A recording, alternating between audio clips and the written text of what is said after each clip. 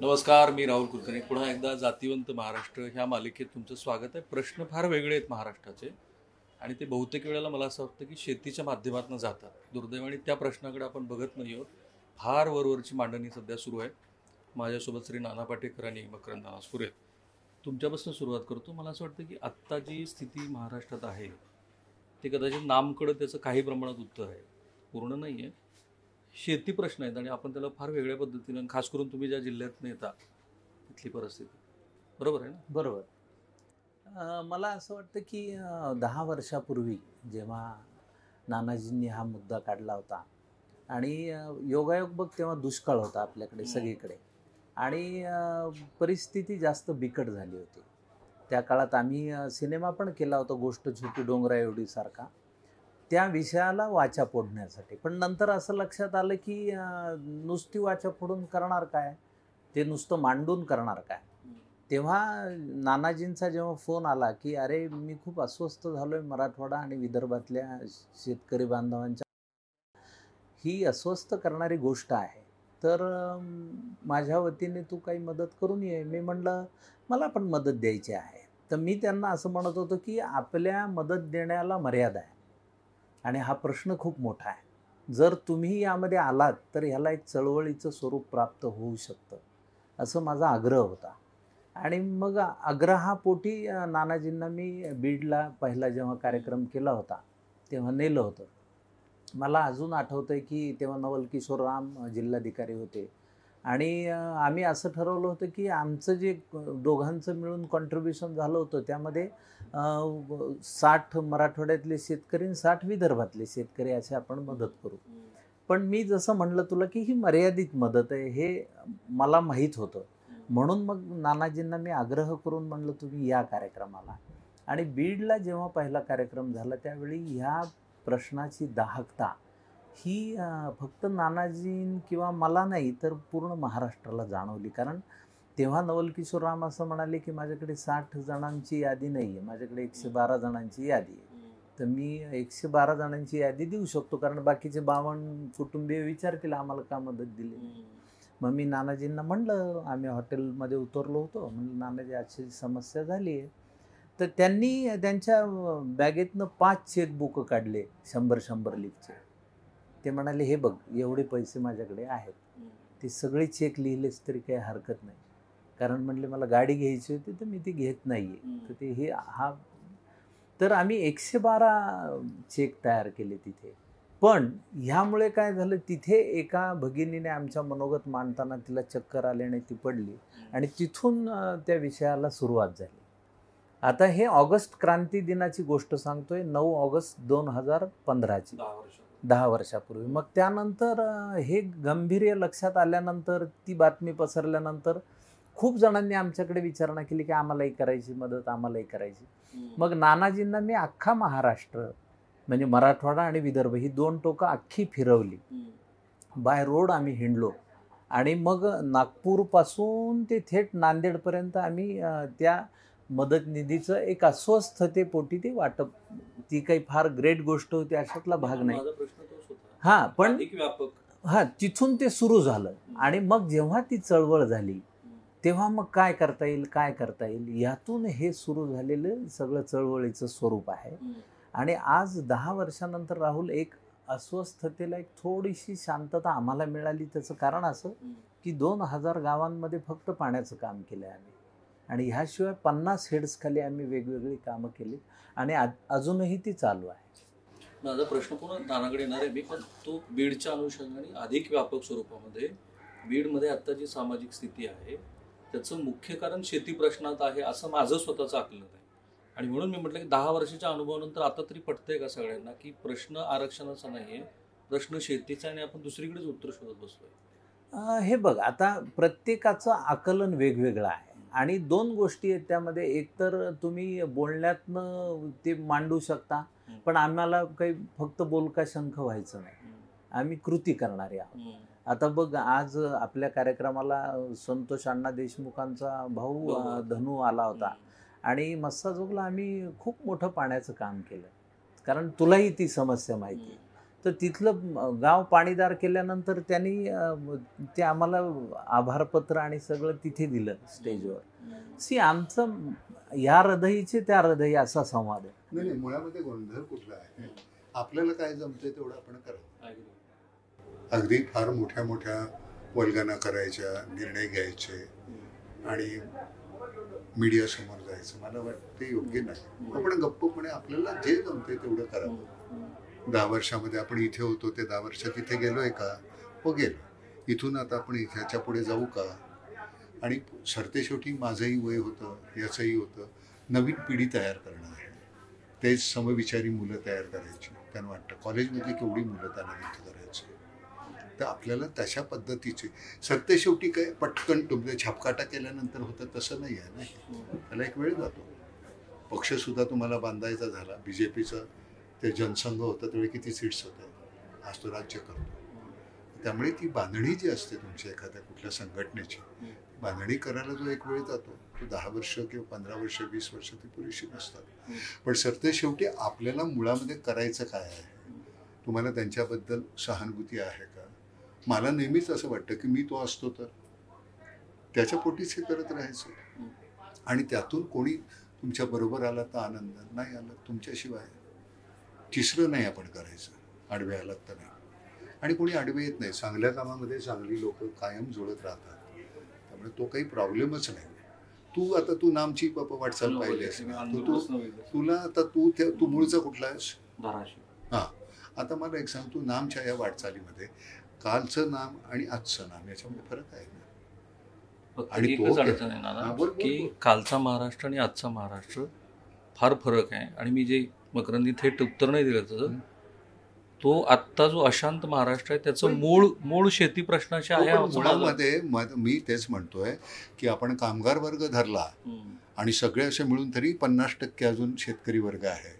त्या 50% शेतकरी वर्गासाठी तुम्ही आता नाही तर कधी करणार?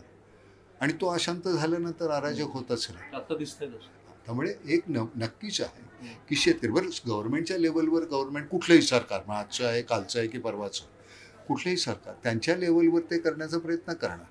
पण सरकार सगळ्याच गोष्टी करेल याची मी वाट पाहायची का? माझ्या परीनं मला एवढं करता येत आहे ना. तुझ्या परीनं तू आज वार्ताहर म्हणून ज्यावेळी इथे येतोस, याच्या पलीकडे तू बापही आहेस ना, मुलगाही आहेस, नवराही आहेस. त्याही जबाबदाऱ्या पार पाडतोयसच ना, का केवळ एवढंच आहे? एक कळीचा मुद्दा तुम्ही बोललात मग, स्वामीनाथन आयोग. कळीचा काय मुद्दा आहे त्यात? कळीचा काय आहे? 20 वर्षापूर्वी त्यांनी ते मांडलेलं आहे. 20 वर्षापूर्वीच आहे. दीडपट म्हणजे काय? आपल्या कुठल्याही गोष्टीची गेला बाजार तिप्पट चौपट किंमत मिळत असते, आपल्याला दीडपट नाही मिळालं, निदान तेवढा. त्यात कळीचा मुद्दा काहीच नाही. हे पहिल्या दिवसापासून ते आजपर्यंत तेवढीच मागणी आहे आपली.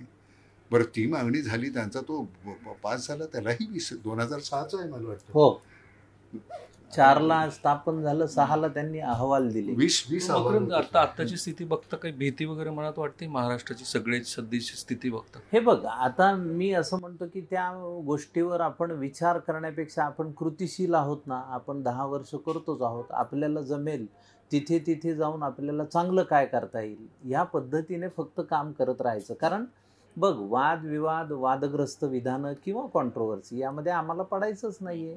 आम्ही काम करतो आहोत. आमचं काम हेच आमचं बोलणं नाही का? काही उत्तरं तुम्हाला दिसतात की 4 गोष्टी केल्या तर कदाचित प्रश्न? माझं वैयक्तिक असं मत आहे की सर्व शेतकरी बांधवांनी आता एकत्र येण्याची गरज आहे, शेतकरी बांधव म्हणून. आणि मग त्यांनी ह्यातून आपल्याला मार्ग काढता येऊ शकतो का? तर निश्चित. आपल्याकडे लाकडाची गोष्ट आहे, एक लाकूड सहज तोडता येतं, पण मोळी केली तर ती तुटणार नाही. सर्व शेतकरी बांधवांनी मोळीसारखं जर एकत्र आलं, आज तू जर बघितलंस आपल्याला तर आदिवासी बांधवांना मी जसं सांगितलं त्या महुव्याचे त्यांनी प्रॉडक्ट पण दिले. त्याच्या व्हॅल्यू ॲडिशनसाठी आपण त्यांना मशिनरी चंद्रपूरला जाऊन दिली होती. तर मला असं वाटतं की शेतकरी बांधवांचे ॲडिशनल त्यांना जोडधंदे किंवा 12 महिन्यामध्ये त्यांना गेला बाजार एक 5 इन्कम मिळाले तरी त्यांची समस्या सॉल्व्ह होईल. नाही, असं वाटतं की सरकारचा जो तोंडवळ आहे तो बहुतांशी शहरी आहे आणि जे काम तुम्ही ग्रामीण भागात इतकं उत्कृष्ट करताय त्याला सरकारच्या धोरणाबद्दल तुला माहिती आहे का? सगळे शेतीविषयक धोरणं माहिती आहेत. मी जवळपास काही मुख्यमंत्र्यांसहित अनेकांशी बोलतो तेव्हा, आणि मी ह्यांना प्रतिवाद पण केला की इन्फ्रास्ट्रक्चर वाईज त्यांच्या इतक्या आपल्या गोंधळ आपला कुठला आहे, जितक्या योजना आहेत त्याची आमच्या लोकांना माहितीच नाही. त्या त्यांच्यापर्यंत पोचत नाही कारण त्यांना माहिती नाही. पोचवणारे सगळ्या आमच्या आहेत, बरं नाही अशातले भाग नाही आहे. पण तुम्हाला पटकन तुमच्या ह्याला प्रसिद्धी मिळते लाडकी बहीणला, पण ह्या गोष्टीला नाही मिळत. कारण ह्या इतक्या शेतकऱ्यांसाठी केवढ्या योजना आहेत त्या तोपर्यंत तुमच्या पोचलेल्याच नाही आहे त्यांच्यापर्यंत. त्यांना माहितीच नाही याचा आम्हाला फायदा हा आहे. त्याच्यासाठी कारण मी काही ठिकाणी अशिक्षित आहे, काही ठिकाणी मी उदासीन आहे. आणि हे होणार आहे बरं का, हे छान होणार आहे. तुझा निराशेचा सूर काढून टाक, काही अराजक मागणार नाही आहे. मी आता मगाशी सांगितल्यानंतर की मला आता मी गावागावात जाईन. मी आज तागात मला कधी बॉडीगार्ड लागला नाही रे. माझे बॉडीगार्ड ते सगळेच जे लोक आजूबाजूचे असतात ते असतात. बरं त्यांना मला मारायचं असेल तर मारू दे की, मग जगण्याचा अर्थच नाही. माझ्याच लोकांना मला मारावं असं वाटत असेल तर रिटायरमेंट त्याच्यासाठी लोकच जाणार नाही. रिटायरमेंट नाही, खरी तर सुरुवात आहे ती. रिटायरमेंट मी माझ्या नाटक आणि सिनेमामधून घेईन. पण मग आता माझं उर्वरित असेल तर मी तिथं जाईन, प्रत्येक गावात जाईन. आता मी व्यक्तिशः जात नाही. माझ्या काहीतरी नाटक आहे, सिनेमा आहे, बाकीची काही कारणं आहे. आता ते सगळं बाजूला ठेवायचं आणि हे एक पूर्णपणे त्याच्यामध्ये आणि नुसतं फिरायचं, गाडी काढायची आणि जायचं. आज हे गाव, उद्या ते गाव, उद्या परवा. नाटकाला नाही का मी जायचो, आज या गावात त्या गावात. त्यावेळी बाकीच्या काय पत्ते कुठत बसायचो. 3 तासाचं नाटक असायचो आणि त्याच्यानंतर काहीच नाही. 21 तास त्यातले 10 तास झोपलो तरीसुद्धा पुन्हा 10 तास 11 तास उरायचे. आणि मंगेश कुलकर्णी वगैरे सारखी मंडळी, विक्रम होता, त्यामुळे वाचनाचं वेळ होतं. सारखेच पत्ते नाही कुठले. पण आता कसं आहे की येथून गेलं तिथे, तिथून गेलं तिथे, प्रत्येक. आणि बरं तुम्हाला चेहरा आहे रे नट म्हणून, लोक भेटतात तुम्हाला, येतात, बोलतात. आणि 4 मुलं असल्यानंतर त्यातली ती सगळीच डॉक्टर नाही होत, इंजिनियर नाही होत, कम्प्युटर इंजिनियर नाही होत. एखादा ढ निघतो म्हणून त्या पोरं उलट त्याच्याकडे जास्त लक्ष द्यायला पाहिजे ना. निराशेचा सूट नाही लावायचा कशाचा, कधीच नाही. आणि बघ दुसरं काय आहे राहुल, की कलाकृतीमधनं आम्ही मांडण्याचा प्रयत्न करतोच ना मूलभूत. म्हणजे आता जाऊ तिथं खाऊ हा सिनेमा काय आहे, तो भ्रष्टाचारावरचं मोठं भाष्य आहे. कायद्याचं बोला काय, नवरदेव BSc ॲग्री, अलीकडे तरुण मुलांची लग्न होत नाही त्याविषयीचा तो सिनेमा आहे. पण सिनेमा हा सिनेमापुरता मर्यादित हा, याचं वाईट वाटतं. त्याच्याकडे विनोदाच्या मकरंद कळते मला काय विचारायचं. बरोबर आहे. पण तरी सुद्धा मी तुला हेच सांगतो की आम्ही ज्या कृतीशीलतेनं 10 वर्ष काम करतो आहोत, तर ती आमची भावना आहे. ती प्रत्यक्ष आम्ही करून आज नानाजींनी 10 वर्षांनी सांगितलं ना की आम्ही एवढं काम केल्यानंतर आम्हाला एवढी तर विनंती करता येईल की तुम्ही शेतकऱ्यांना योग्य हमीभाव द्या. आणि तुला खरं सांगू का, आपण किती केलं हे सांगायला किळस वाटतं, नको वाटतं. आपण ते करण्यासाठी हा, पण ते काय होतं ते सांगताना मांडताना मी माझं कौतुक तू केलं तर मी मान्य करेन, पण माझं बीच करायला लागलो ना मग थोडंसं माझंच मला त्रास होतो. पण काय होतं सरतं शेवटी तुम्हाला मांडायला तर पाहिजे लोकांसमोर. कारण ह्या 10 वर्षाचा काय जो लेखाजोखा आहे तो तुम्हाला कळायला तर पाहिजे. असं नाही आहे 17 TMC हे साधं काम नाही रे. 10 खडकवासला धरणं झाली 17 TMC. कोकणाचं तर फारच उत्तम नाही, सगळीकडे कोकणापुरतच नाही, म्हणजे सगळं मिळून आपलं 17 TMCचं काम झालं. प्रत्येक 17 TMC म्हणजे मकरंद काय गमेले घेऊन गेला, मी गेलो काय फावडा घेऊन असतात, सगळ्यांनी मिळून केलं. तुम्ही लोक होता बरोबर. मीडियाने केवढी मदत केली आहे. नाही तर नामला काय कित्येक मंडळी काम करतात. त्यामुळे हे होणार आहे. आणि बरं का निराशेचा सूर अजिबात मराठवाड्यातली माणसं निराश नसाई इकडे अजिबात निराशेचा सगळं छान होणार आहे. कोणाबद्दल मला फक्त चिंता वाटते कारण मी एवढ्या 25 वर्षात अशी परिस्थिती बघितली. चिंता वाटून नुसते गप्प बसू नको. चिंता वाटल्यानंतर त्याच्यासाठी काय करायचं हे फक्त नको समोर जाऊ. तू म्हणून व्यक्तिगत काय करू शकतील ते करण्याचा प्रयत्न कर. चिंता वाटून कसं चालेल. माझ्या वडिलांना नुसती चिंता वाटली असती तर माझं शिक्षण झालं नसतं. त्यांनी आपल्या धोत्राला गाठी मारल्या. त्यांनी कुठल्याही गोष्टी, अरे पलीकडे कुठं गेले, कुठल्या दोस्तांकडं काय दिलं, असं असं काही ठेवलं समोर, तसे असे बघत मग हळूच खिशात टाकायचं. तर ते 4 बदाम असतील तर घरात, ते तुला एक घे, तुला एक घे. ते बापाचं एक असतं ना काळीज, त्यामुळे तेच असं तसं आपण गप्प नाही बसायचं. पण काय अतिशय कितीही आता नेपाळमधलं जे अराजक झालं, संपलं ना ते. सरतेशेवटी काय असतं की तुमच्या प्रत्येकाच्या माझ्यावर यांच्यावर सगळ्यांवर झालेले जे अत्याचार आहेत आणि मी कधीच त्याच्याबद्दल रिॲक्ट होत नाही असा एक मी सामान्य माणूस असतो. आणि मग त्या सामान्य माणसाला असं काहीतरी बाजूला घडायला लागलं की मग एखादं दगड मीच मारतो ना, एखादी कासे मीच फोडतो, तो आवाज आला की तो एक माझ्यातला पुरुष पुन्हा असा छान शांत होतो. मी अदरवाईज मी शंड असतो ना, आयुष्यभर काही नाही बिचारा, एक वंदे विषा भिंग ती पिशवी असते त्याच्यात मुळ्याची भाजी घेऊन जाणार घरी. पण ते सगळं जे माझं आयुष्यभर असं घुसमटलेला मी, मग ते झालं की मग असं होतं. पण तो सगळाच राग असतो, समाजावरचा असतो, घराचा, माझ्या नपुसकत्वाचा, तो राग माझ्या त्या एका दगडातून मी मारतो कुठेतरी त्या काचेवर, कुठली तरी हे पेटून देतो, तर ते आलेला धूर तो माझी सगळी घुसमट बाहेर काढतो.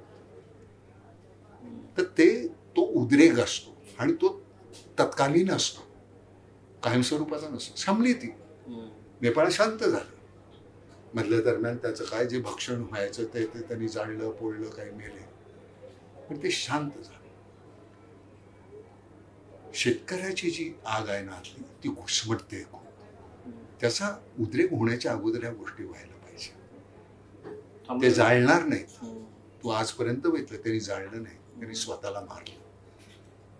मला असं वाटतं ते जाळण्यापेक्षा जास्त भयान आहे. दुसऱ्यांना जाळण्यापेक्षा स्वतःला जाळणं केवढी ताकद लागत असेल. पण हे थांबेल, याच्यावर आपण विश्वास ठेवायचा. उगाचच काहीतरी बोलतोय म्हणून नाही, हे थांबेल. आणि थांबलं नाही तर आपण ते थांबवण्याचा प्रयत्न करायचा. तो तूही पाहिजेस तिथे, हाही पाहिजे, मीही पाहिजे, हेही पाहिजे. थांबूया ह्या पॉझिटिव्ह नोटवरती, कारण बरेच जण आणखी बरेच जण म्हणून नाही, पण तू लक्षात ठेव, कोणाचाही इंटरव्ह्यू घेताना निराशेचा सूर नाही लावायचा. थांबूया आपल्या ह्या जातीवंत महाराष्ट्राच्या मालिकेमध्ये इतकी चांगली लोक आपल्याशी बोलतात, कारण गरज आहे महाराष्ट्रातल्या सद्यस्थितीचं नेमकं आकलन करण्याची. नानांनी फारच सकारात्मक सांगितले, मलाही फार बरं वाटलं. मकरंदी पण काही सोल्युशन्स दिले. कॅमेरामन निकेतन मानेसह मी राहुल कुलकर्णी, NDTV मराठी.